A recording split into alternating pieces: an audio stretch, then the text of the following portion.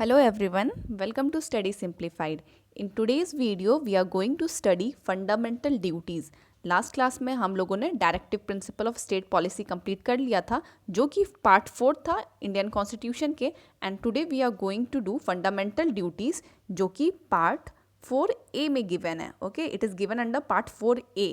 अब आप तो समझ गए होंगे कि ये अमेंडमेंट के थ्रू आया है, तो हाँ बिल्कुल सही बात है. एक्चुअली जब हमारा कॉन्स्टिट्यूशन बना था, अडॉप्ट हुआ था एंड जब इन्फोर्स हुआ था, इन्फोर्स कब हुआ था? 26 जैन 1950. तो इस टाइम फंडामेंटल ड्यूटीज़ कॉन्स्टिट्यूशन में इंक्लूडेड नहीं थे.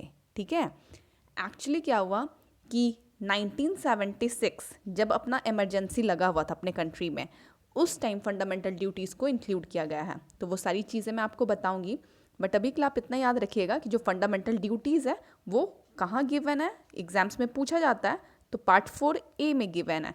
एंड आर्टिकल इसमें कौन सा आता है? तो आर्टिकल इसमें 51A आता है. देखो, आप लोगों ने directive principle of state policy पढ़ा था ना, वो आर्टिकल 36 to 51 आ रहा था. अब ये अमेंडमेंट के थ्रू आया है तो उसको 4A में इंक्लूड करा दिया गया है एंड आर्टिकल 51A में इंक्लूडेड है. ठीक है, एंड इस वजह से इसको क्रिटिसाइज भी किया जाता है क्योंकि देखो, जब फंडामेंटल राइट्स अपने को बताया गया पार्ट 3 में, तो वहीं पे इनको फंडामेंटल ड्यूटीज़ भी बताना चाहिए था, बट इन्होंने ऐसा नहीं किया. पार्ट 3 में फंडामेंटल राइट्स हैं, पार्ट 4 में डीपीएसपी है एंड डीपीएसपी में इन्होंने फिर बाद में अमेंड करके लाए फंडामेंटल ड्यूटीज़. अब एक्चुअली बात ये भी तो है, देखो जब हमारा कंट्री को फ्रीडम मिला था, ठीक है, और जब अपना कॉन्स्टिट्यूशन बन रहा था, 1950s की बात कर रही हूँ, तो उस समय क्या था कि जो फ्रीडम फाइटर थे उन्होंने सोचा नहीं था कि लोगों को फंडामेंटल ड्यूटीज़ याद करवानी पड़ेगी. क्योंकि देखो, उनके टाइम में क्या था ना कि एक एक बच्चा भी जो था, वहाँ के जो यूथ थे वो डेडिकेटेड इतना ज़्यादा थे, इतना निष्ठापूर्ण तरीके से अपनी भारत माता और अपनी कर्तव्यों का पालन करते थे कि मैं क्या बताऊं. लाइक अगर एग्जाम्पल के तौर पे बात करें तो आप भगत सिंह को ही देख लो. भगत सिंह को जब फांसी हुई थी उस समय उनकी एज क्या थी? 23. एंड देखो मतलब वो कितना ज़्यादा डेडिकेटेड थे. मतलब उनका ऐसा, वो और उनका जो ग्रुप था, कभी भी वो लोग मरने से नहीं डरे. उनका क्या था कि हाँ, हमको आज़ादी कैसे दिलवानी है. ठीक है, उसी तरीके से बाल गंगाधर तिलक वगैरह का बात कर लो, बहुत सारे लोग हैं, तो वो लोग इतना ज़्यादा डेडिकेटेड थे. इवन अगर मुझे एक एग्जांपल याद आ रहा है, उधम सिंह की बात करूँ तो उधम सिंह के बारे में क्या बोला जाता है कि वो 21 साल, ठीक है, 21 ईयर्स इंतज़ार किए थे. किस वजह से? रिकॉल कीजिए आप लोग, जलियांवाला बाग हुआ था, तो वहाँ पे क्या हुआ था 1919 में, जलियांवाला बाग इंसिडेंट जो हुआ था, तो उसमें जो एडवर्ड हैरी डयर था, जो कि पुलिस ऑफिसर था, तो वो क्या किया था, ही ऑर्डर्ड इनडिस्क्रिमिनेट फायरिंग. और उस वजह से क्या था कि उस पार्क में जितने लोग आए थे, बहुत सारे लोगों की डेथ हो गई थी. तो यही चीज़ का बदला उधम सिंह ने 1940 में, ठीक है, 21 साल इंतज़ार करने के बाद 1940 में जाता है लंदन एंड वहाँ पे किसको शूट करता है? माइकल ओ डॉयर को. ही वॉज डिफरेंट पर्सन क्योंकि ये लेफ्टिनेंट गवर्नर थे पंजाब के और वो एक पुलिस ऑफिसर था, तो किसी और को किल करके आता है क्योंकि that time he was lieutenant governor of Punjab. तो ऐसे करके वो बदला लेता है. तो देखो, मतलब यही बता रही हूँ कि वो लोग कितना ज़्यादा डेडिकेटेड थे अपने कंट्री को लेके, अपनी कंट्री के फ्रीडम को लेके. एंड इतना डेडिकेशन था कि वो फंडामेंटल ड्यूटीज़ तो मतलब खून में था, एक बच्चे बच्चे के खून में होता है, बोलते हैं ना कतरे में होना, वो वाली बात थी. बट विथ टाइम लगा लोगों को कि नहीं, हमें ये भी चीज़ इंक्लूड करना चाहिए कॉन्स्टिट्यूशन में. तो सबसे पहले अगर बात करूं तो कब इंक्लूड किया गया है हमारा फंडामेंटल ड्यूटी? याद रखिएगा, 1976 में. एंड किस अमेंडमेंट के थ्रू ये इंक्लूड हुआ है? तो 42nd अमेंडमेंट. यहाँ से 2 क्वेश्चन आ रहा है आपका, कौन से ईयर में? तो 1976. किस अमेंडमेंट के थ्रू ऐड हुआ है? तो 42nd अमेंडमेंट के थ्रू ऐड हुआ है. कितने फंडामेंटल ड्यूटीज़ हुए थे जब 1976 में ऐड किया गया था? तो 10 फंडामेंटल ड्यूटीज़ था. ठीक है, कब की बात है? 1976 की. बट एक फंडामेंटल ड्यूटी बाद में ऐड किया गया है 2002 में. और ये कौन से अमेंडमेंट से ऐड हुआ है? ये सारी चीज़ें आप नोट डाउन कर लीजिए, खैर यहाँ गिवन अंडरलाइन कर लीजिएगा. 86th अमेंडमेंट से 2002 में जो 11th वाला है, द लास्ट वन, उसको ऐड किया गया है. तो ये जो भी चीज़ मैं आपको अभी बताई ना, ये एग्जाम्स में पूछा जाता है, प्रीवियसली बहुत सारे एग्जाम्स में आ रखा है, ठीक है। स्टेट पीसीएस में, रेलवेज, एसएससी, मतलब क्वेश्चन आप देख लीजिए प्रीवियस ईयर का, आपको दिख जाएगा, यही सारे क्वेश्चंस आपको दिखेंगे। तो ठीक है, यहाँ से एक और इम्पॉर्टेंट क्वेश्चन निकल के आता है, मैं आपको बताऊं कि ये जो फंडामेंटल ड्यूटीज़ का आइडिया है, ये किस कंट्री के कॉन्स्टिट्यूशन से बोरो किया गया था।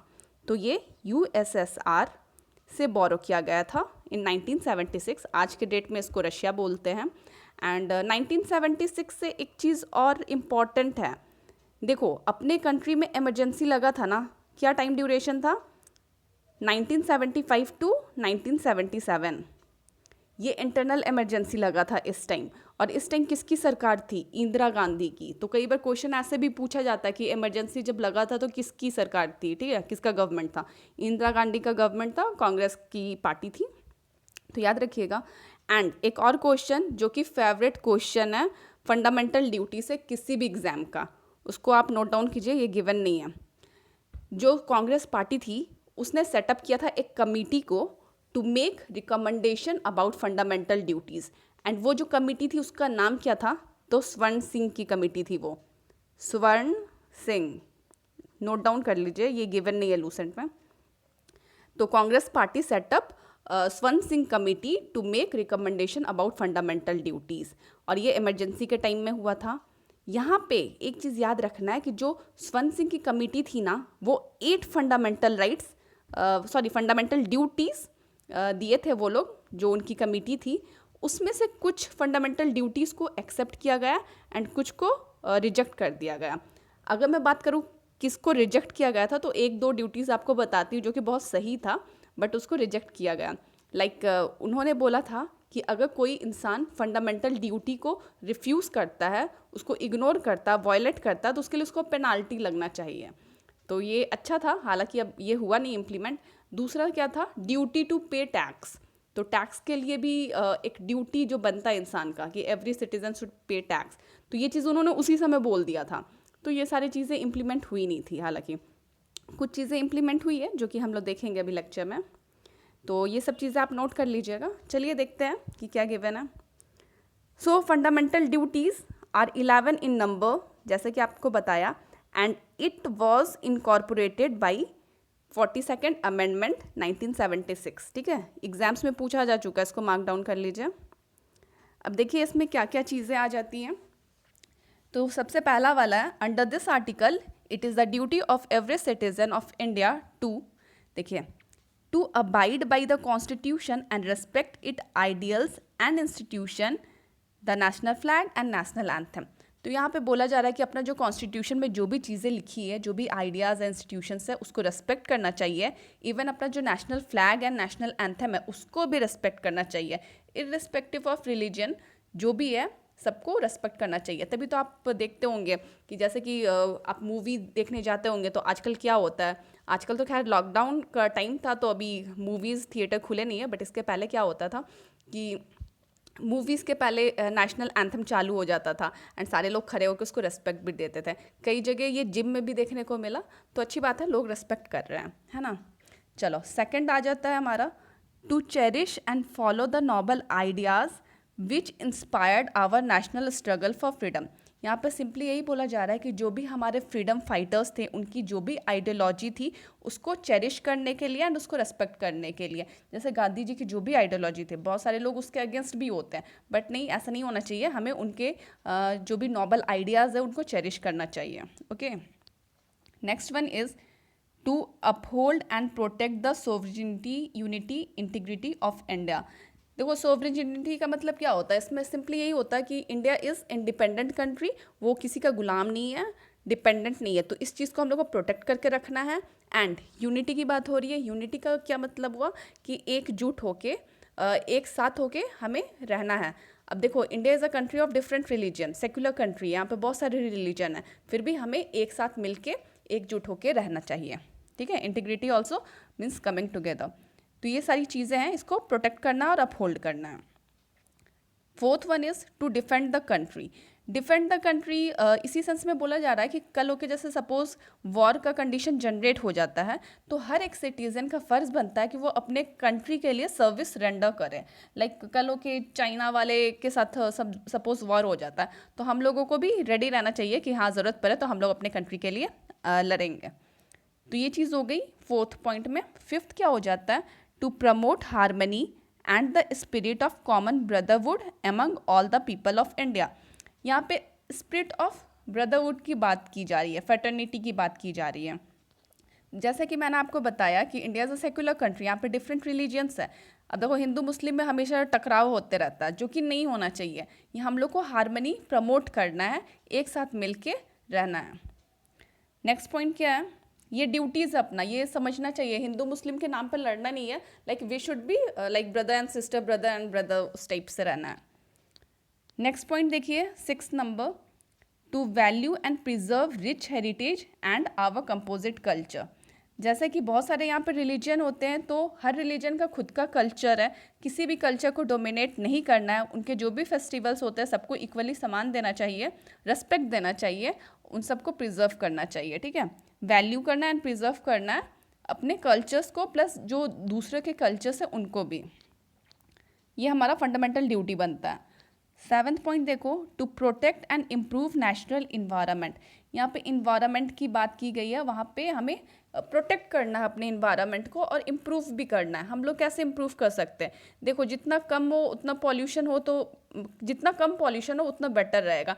तो इस चीज़ का हर एक सिटीज़न अगर ध्यान रखे तो ज़्यादा पॉल्यूशन का नौबत ही नहीं आएगा। अगर मैं आपसे बात करूँ कि जैसे दिवाली आता है तो दिवाली में लोग कितने पैसे खर्च कर देते हैं फटाके में, क्रैकर्स के लिए, और नेक्स्ट डे क्या होता है, इतना ज़्यादा पॉल्यूशन हो जाता है। दिल्ली का ही कंडीशन देखो, मोस्ट पॉपुलेटेड सिटी, मतलब ऐसा हो जाता है ना, कितना सफोकेशन हो जाता है।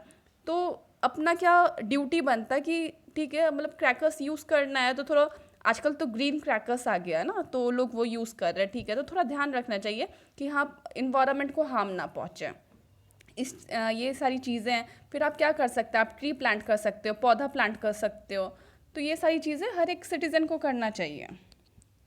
नेक्स्ट पॉइंट देखो, to develop the scientific temper and spirit of inquiry. Scientific temper development की बात हो रही है यहाँ पे, मतलब कि हम लोग का जो सोच है ना, हम लोग को साइंटिफिक सोच रखना चाहिए। स्पिरिट ऑफ इंक्वायरी मतलब क्या, किसी के बहकावे में आके मार काट वाली बात नहीं करनी चाहिए। ऐसा नहीं कि किसी ने भड़का दिया और हम लोग जाके लड़ाई झगड़ा कर लिए, मारपीट कर लिए, नहीं। एक साइंटिफिक सोच रखो, देखो क्या सही है क्या गलत है, हमें क्या डिसीजन लेना चाहिए, क्या करने से क्या रिजल्ट होगा। इस तरीके का साइंटिफिक टेम्परमेंट हमें डेवलप करना है। This is our duty. Next क्या है, 9th वाला, to safeguard public property. Public property को सेफगार्ड करने की बात बोली जा रही है, जो कि बिल्कुल लोग करते नहीं है। कहीं भी दंगा होता है तो सबसे पहले बस जला दिए जाते हैं, जो भी गाड़ियाँ वहाँ पे होती है उसको जला देते हैं, गोदाउन जला देते हैं। तो ये सब रॉन्ग है, बहुत ही गलत है। अपना फंडामेंटल ड्यूटी समझिए कि आपका क्या कर्तव्य बनता है एक सिटीज़न होने के वजह से। तो ये सारी चीज़ें को फॉलो करना चाहिए। नेक्स्ट क्या है, 10th में, to strive toward excellence in all spheres of individual and collective activity. इसमें यही बोला जा रहा है कि to strive toward excellence in all spheres of individual. ठीक है, यहाँ पे यही बोला जा रहा है कि अपने को और अपने जो भी ग्रुप में उन सबको प्रोग्रेसिव थॉट रखनी चाहिए। कोई भी चीज़ को लेके एक कंस्ट्रक्टिव थॉट रखनी चाहिए, और कोई भी चीज़ को आप इम्प्लीमेंट करना चाहते हैं तो एक वेल प्लान बनाइए, उसको इम्प्लीमेंट कीजिए, उस आगे बढ़िए, प्रोग्रेसिव थॉट रखना चाहिए। ठीक है, हमेशा एक्सीलेंस की तरफ बढ़िए, ना कि सब कुछ छोड़ छाड़ के बैठे हुए लेज़ी है, वो चीज़ नहीं होनी चाहिए। अगर कुछ गलत हुआ है आपके साथ तो ठीक है, आप फिगर आउट कीजिए कि कहाँ पे प्रॉब्लम आई है, एंड फिर उस काम को नए तरीके से चालू कीजिए। ठीक है, नेक्स्ट पॉइंट देखिए, to provide opportunity for children to his child और ward to provide opportunity for education to his child or ward as the case may be between the age of 6 to 14 years। तो ये जो 11th point है ना, ये 86th constitutional amendment के through आया है, जो कि 2002 में आया था। पहले तो ऐसे 10 फंडामेंटल ड्यूटीज़ हुआ करते थे, ठीक है, जो कि मैंने आपको बताया। ये लास्ट वाले आया है यहाँ पे गिवन भी है, देखिए 86 कॉन्स्टिट्यूशनल अमेंडमेंट 2002 से आया है। कहाँ कितने एज की बात हो रही है यहाँ पे, 6 ईयर्स टू 14 ईयर्स के जो स्टूडेंट्स हैं, जो चिल्ड्रन हैं, उनकी बात हो रही है कि उनको एक प्रॉपर एजुकेशन मिलना चाहिए। ठीक है, ये फंडामेंटल ड्यूटीज़ है सारे पेरेंट्स का कि वो 6 टू 14 ईयर्स के जो बच्चे हैं उनको अच्छी एजुकेशन दें। तो देखिए ये आपने देखा फंडामेंटल ड्यूटीज़ में, अगर मैं आपको रिकॉल करवाऊँ तो कल हम लोगों ने डीपीएसपी पढ़ा था, उसमें भी बात हुई थी। ठीक है, proper childhood care and education की up to 6 years of child की। याद कर पा रहे हैं? वो मैंने किस आर्टिकल में आपको बताया था, आप थोड़ा रिकॉल कीजिए। वो आर्टिकल 45 में गिवन था। तो इस तरीके से थोड़ा कनेक्ट करके पढ़ने से क्या होता है कि चीज़ें याद रहती है काफ़ी लंबे टाइम तक, तो ये याद रखिएगा। चलिए देखिए फिर क्या है, there is no provision in the constitution for direct enforcement of any fundamental duties और for any sanction to prevent their violation. Simply यही बोला जा रहा है कि जो फंडामेंटल ड्यूटीज़ है that is non justiciable, again just like directive principle of state policy, ये नॉन जस्टिशिएबल है। अगर इसका वायलेशन होता है तो हम कोर्ट में जाके डिमांड नहीं कर सकते कुछ भी चीज़ें, जैसे कि हम लोग फंडामेंटल राइट के केस में कर सकते थे। तो ये चीज़ आपको याद रखना है, बेसिक डिफरेंस यही है, it is non justiciable. Okay, and यहाँ पे जो भी मैंने आपको 2-3 ईयर्स बताए हैं एंड अमेंडमेंट्स बताया वो याद रखिएगा, क्योंकि वो एग्जाम में पूछा जाता है। एंड इसका एक क्रिटिसिज्म भी है, क्योंकि देखो जहाँ पे फंडामेंटल राइट्स दिया था वहीं पे इनको फंडामेंटल ड्यूटीज़ भी देना चाहिए था अमेंड करके, बट इन्होंने अमेंड करके डायरेक्टिव प्रिंसिपल्स के साथ रखा, तो इसको क्रिटिसाइज भी करते हैं। बाकी इतना ही इम्पॉर्टेंट है एग्जाम पॉइंट ऑफ व्यू से, और ज़्यादा कुछ आएगा नहीं। स्वर्ण सिंह कमेटी वाली चीज़ आप नोट डाउन कर लिए होंगे, वो पूछा जाता है एग्जाम में, तो उसको ध्यान रखिएगा। चलिए ठीक है, फिर कोई क्वेरी होगा तो कमेंट बॉक्स में पूछिएगा। मिलते हैं अगले वीडियो में। Thanks for watching.